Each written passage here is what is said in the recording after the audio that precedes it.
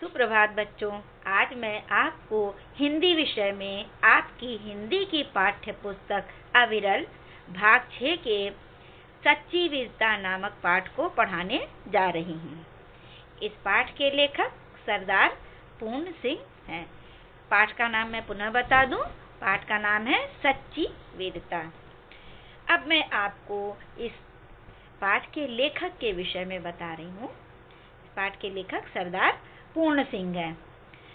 सरदार पूर्ण सिंह को हिंदी के निबंधकारों में श्रेष्ठ माना जाता है। इनका जन्म सन 1881 में हुआ था। इनके निबंध नैतिक तथा सामाजिक मूल्यों से संबंध रखते हैं। इनकी भाषा में प्रवाह तथा ओज है। इनके कुछ प्रसिद्ध निबंध हैं। आचरण की सभ्यता, मजदूरी और प्रेम, कन्यादान आदि। क्योंकि ये निबंधकार हैं, प्रसिद्ध निबंधकार हैं। इनके निबंधों के नाम हमने बताया, आचरण की सभ्यता, मजदूरी और प्रेम, कन्यादान आदि। अब मैं आपको इस पाठ के विषय में बता दूं कि लेखक ने सच्ची वीरता नामक पाठ में किसका वर्णन किया है। इस पाठ में लेखक ने अनेक वीर पुरुषों का उदाहरण देकर सच्ची वीरता का अर्थ स्पष्ट किया है। सच्चे वीर धीर गंभीर होने के साथ साथ साहसी भी होते हैं। वह किसी भी परिस्थिति या स्थान पर अपनी वीरता का परिचय दे देते हैं।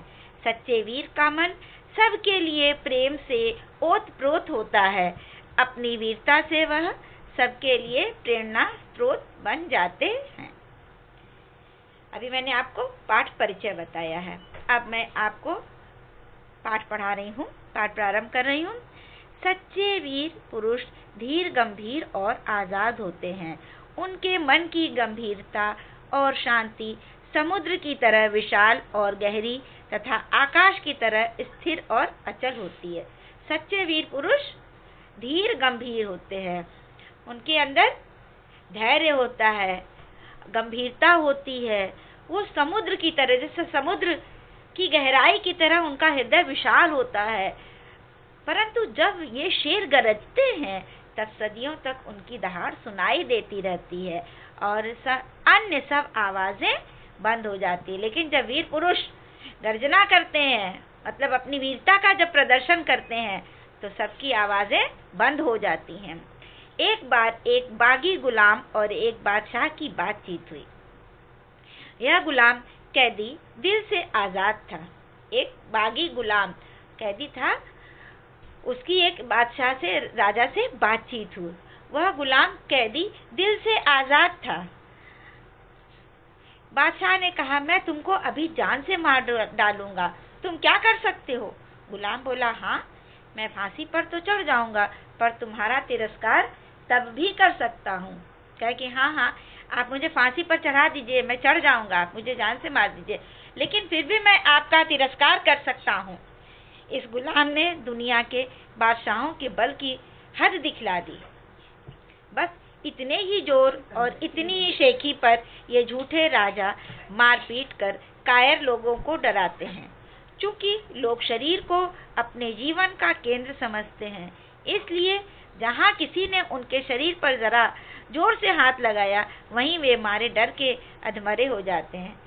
मतलब वो शरीर को ही अपना सब कुछ समझते हैं, अपने जीवन का मुख्य वो अपने शरीर को ही समझते हैं। जरा सा किसी ने मारा तो वे डर के मारे अधमरे हो जाते हैं, उनकी जान निकलने लगती है। केवल शरीर रक्षा के निमित्त ये लोग इन राजाओं को की ऊपरी मन से पूजा करते हैं।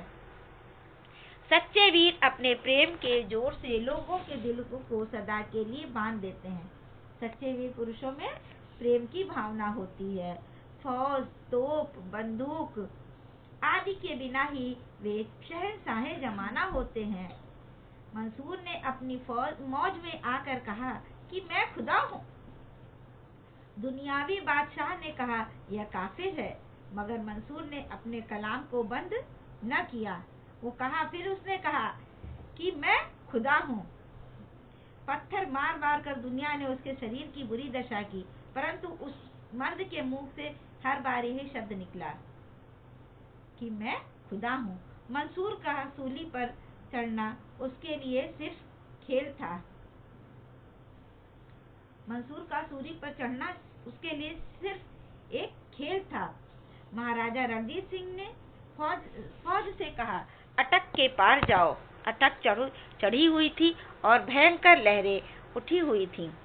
जब फौज ने कुछ उत्साह प्रकट न किया तब उस वीर को जोश आया।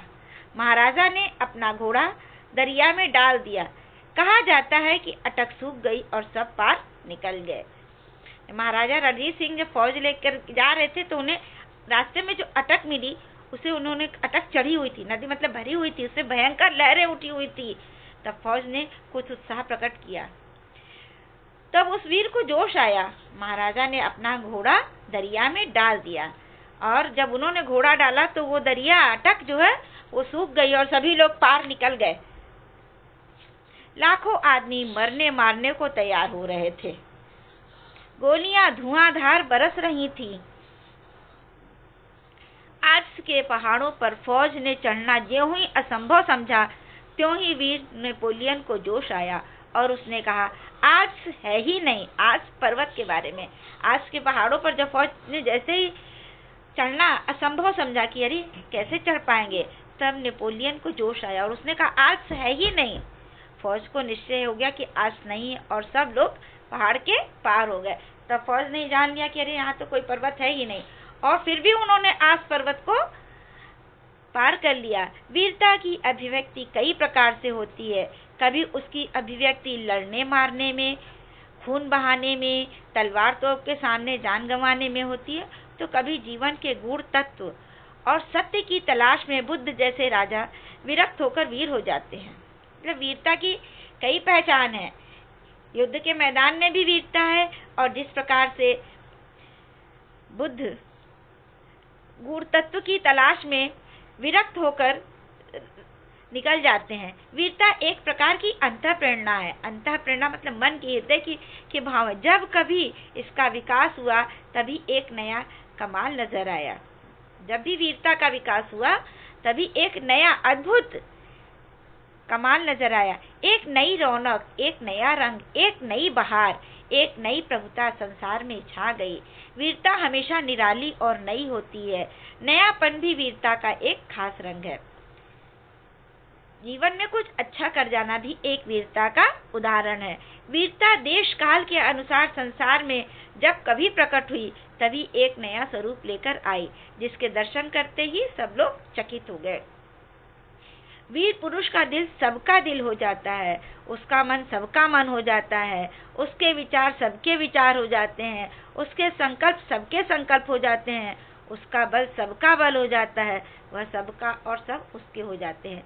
वीर पुरुष में इतनी अच्छी भावना होती है, वीर पुरुष में का दिल इतना सच्चा होता है, वीर पुरुष सबका प्रिय बन जाता है, उसकी बातें सबको अच्छी लगने लगती हैं और उसका सबके मन पर उसका अधिकार हो जाता है। सब उसकी बात को मानने लगते हैं और सब उसके संकल्प को समझने लगते हैं।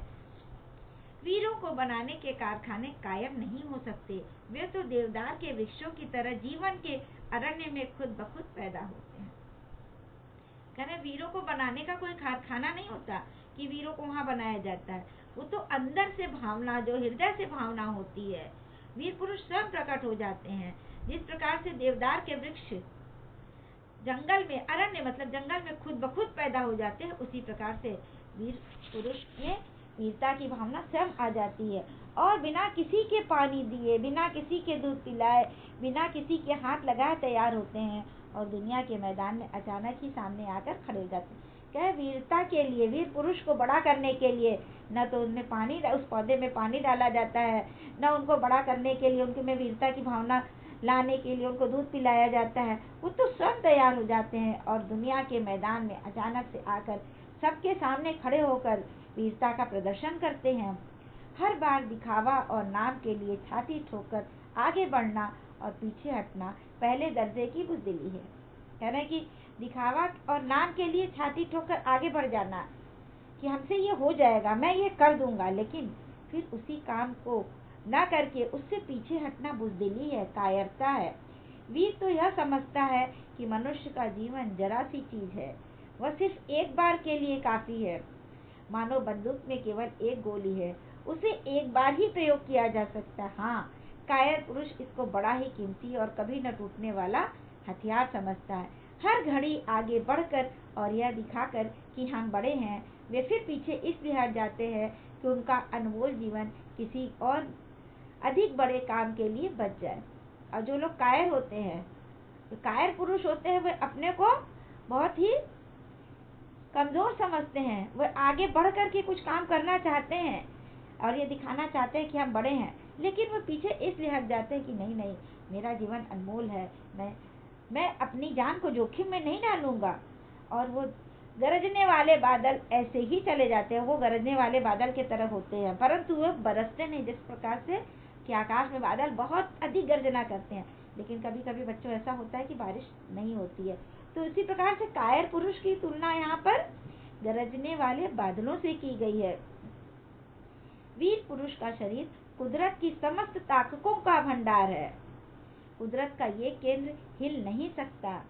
सूर्य का चक्कर हिल जाए तो हिल जाए, परंतु वीर के दिल में जो दैवी केंद्र है वह अचल है, वह अडिग है, वह कभी नहीं हिलता है। वह उसके मार्ग में कितनी भी कठिन बाधाएं आ जाएं, लेकिन वह अपने मार्ग से कभी भी विचलित नहीं होता है।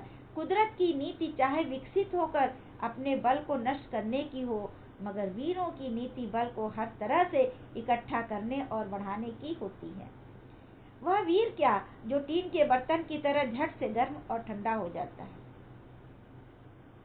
टीन का बर्तन बच्चों बहुत जल्दी गर्म हो जाता है, बहुत ही जल्दी ठंडा भी हो जाता है, क्योंकि बहुत हल्का होता है। उसी तरह से वह वीर क्या जो टीन के बर्तन की तरह जल्दी से गर्म हो जाए, ठंडा हो जाए। सदियों नीचे आग जलती रहे तो भी शायद ही गर्म हो, और हजारों वर्ष बर्फ उस पर जमती रहे तो भी क्या मजाल जो उसकी वाणी तक ठंडी हो। उसे खुद गर्म और सर्द होने से क्या मतलब। यानी वीरता इतनी कठिन होनी चाहिए, वीरता इतनी अचल होनी चाहिए, इतनी अडिग होनी चाहिए वीरता की भावना कि उसे गर्मी सर्दी का उसके ऊपर कोई भी प्रभाव न पड़े।